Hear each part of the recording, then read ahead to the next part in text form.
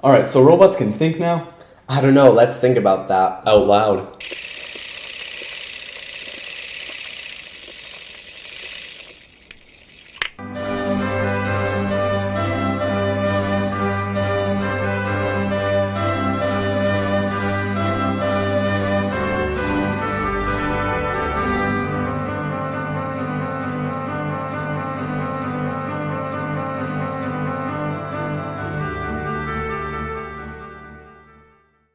There's a recent study by Professor Selmer Bringsford, Bringsword? I don't know. Mr. B. And basically what happened was there was 3 robots, and so there was a test for self-awareness. Yeah. So basically, they had the 3 robots, right? And 2 of them were given a dumbing pill, or that's what they told the one that was supposedly self-aware. And so once they did that, they told them to figure out which one of them was the smart one. Mm-hmm. And so the one that wasn't giving dumbing pill eventually figured out that it could still talk and it was still smart. And so it figured out that it was the one that was smart. And that was a big deal because technically it's self-aware. Yes, and the definition of self-awareness is being able to distinguish between I and other people. If you were hungry, you would be able to say that I was hungry and not, oh, I think this tree is hungry.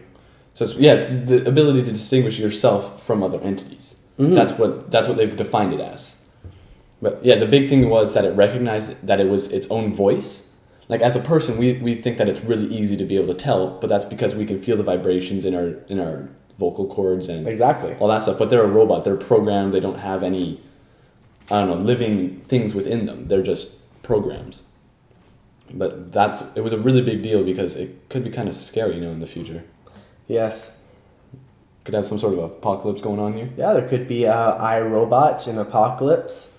Could be like Walking Dead, but with robots instead of zombies. That'd be interesting. Yeah.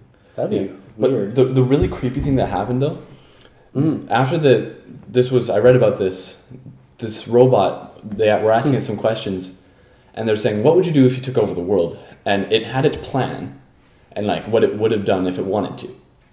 But when they asked it, like, well, what would you do with all the people? It said, well, you guys were nice to me, so I'd keep you in my human zoo, so I could check up on you every once in a while.